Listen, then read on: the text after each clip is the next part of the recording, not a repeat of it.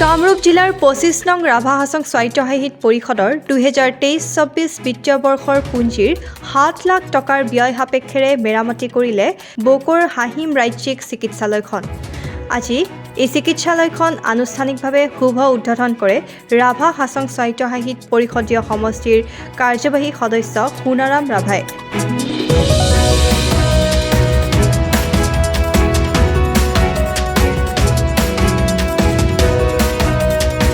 যিটো চিকিৎসালয় আছে এই চিকিৎসালয়খন প্ৰায় জৰাজীৰ্ণ অৱস্থা হৈছে।